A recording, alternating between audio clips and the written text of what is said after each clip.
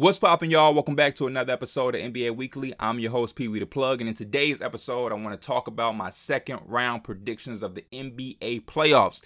Playoffs have been exciting. I've been happy.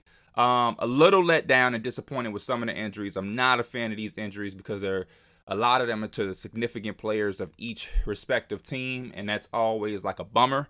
But overall, we only had one sweep in the first round, so a lot of competitive basketball being played, which is always exciting and whatnot.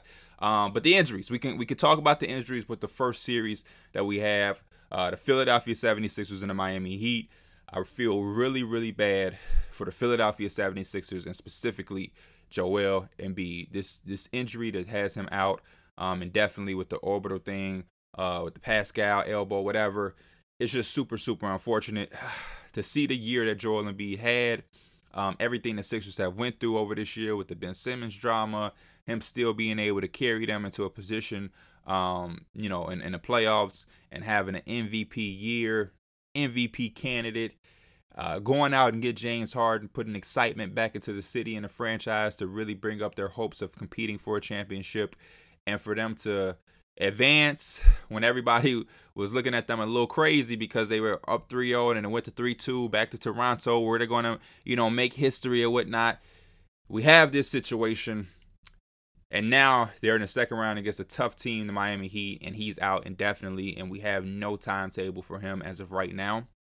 And to be honest with you, it makes me want to pick the Heat in 5. And I feel a little generous by giving the 76ers a game in this series without Joel Embiid because he means that much to this team. Without him, I just don't know where their source of offense comes from, because a lot of the guys are able to get theirs through Joel Embiid because of the attention he draws from each respective defense that they go up against. So now you remove him out of the situation and you have these perimeter players who we've seen be up and down, even in the last series. Like James Harden hasn't shown us that he's James Harden from Houston who can have 35, 40, 37, 40, all collectively throughout consistent games. He's done a very good job as being a facilitator and orchestrating the offense and making good reads and whatnot. But if you take out Joel Embiid from that, I don't know who he's making these plays or these reads for or how he's making them, because you don't have a guy out there that's demanding so much attention.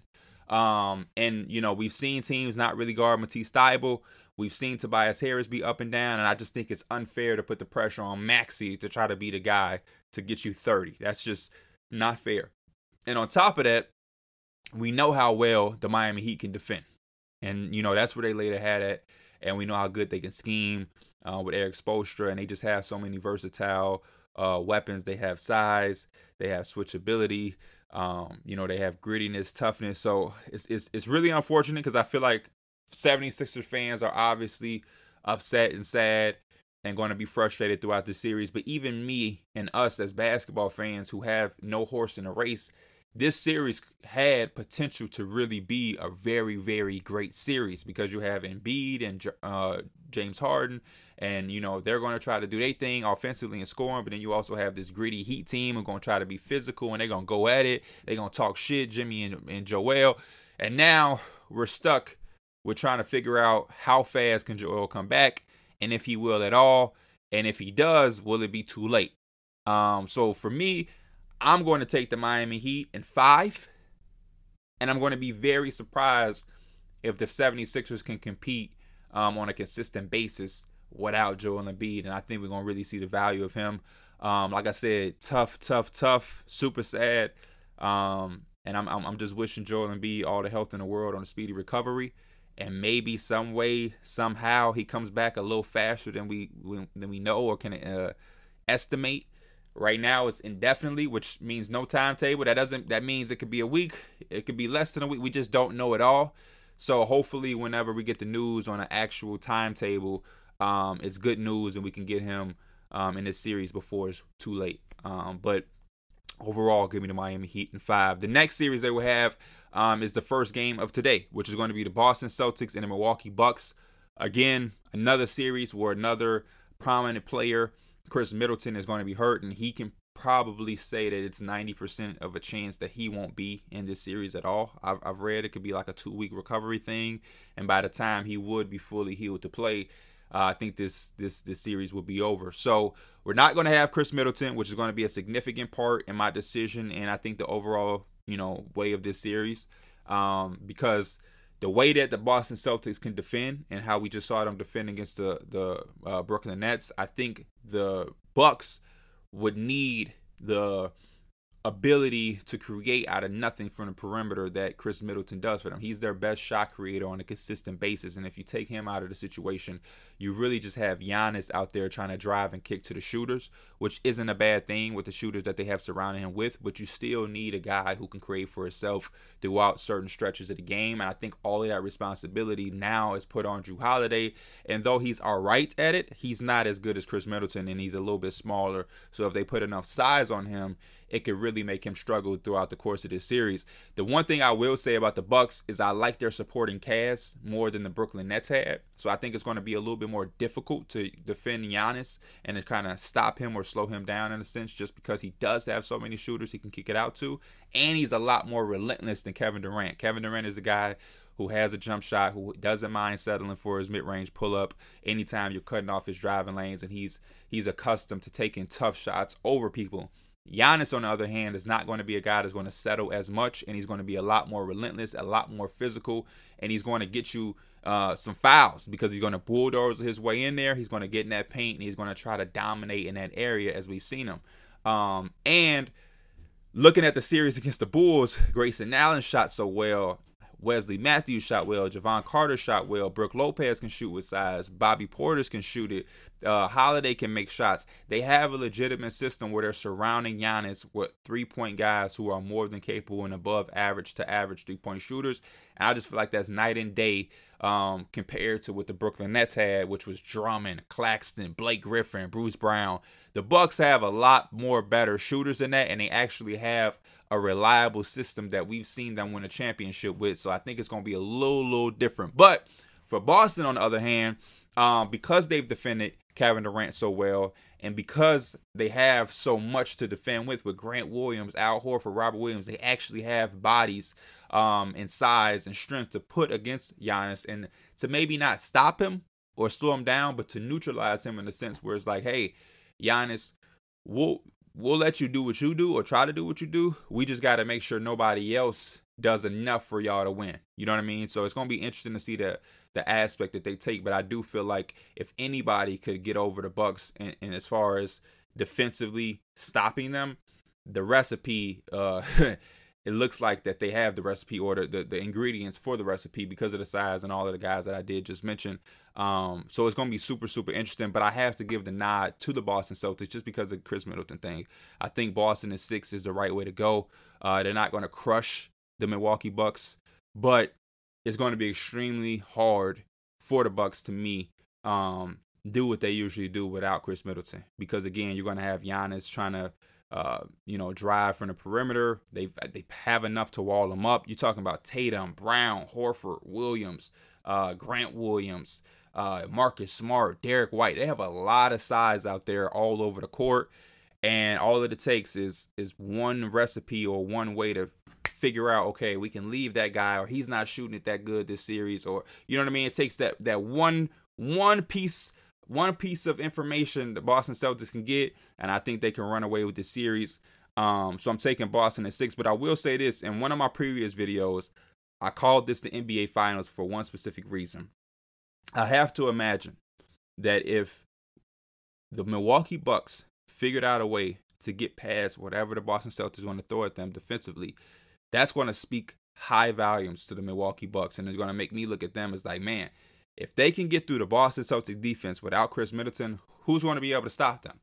And then on the flip side, I know they don't have Middleton, but I'm looking at the Boston Celtics and I'm saying if they could slow down and really frustrate Kevin Durant for 3 out of the 4 games they played against Brooklyn, and then in the second round, they can stop or neutralize, let me not say stop, but neutralize or slow down Giannis, that means that defense is ready to handle anything, an interior force, a perimeter force, and these are guys who are great. These are Hall of Fame players we're talking about. So if their defense can contain these guys, I don't know who will be a problem for them. So I look at this as like the finals a little bit, because whoever wins this series to me is going to be a true favorite to not only advance to the NBA Finals, but win it. because this is it right here. This is like the clash of the Titans. So I'm really watching this series a lot. I don't want to miss a second or a minute of it. And I think it could be primetime television. And man, Giannis's legacy will continue to go up if he can get the Bucks through this without Chris Middleton. So I'm very, very excited to see this. This is probably going to be my favorite series out of all of them. I see the bracket right in front of me. And I think this is going to be the most exciting one right here.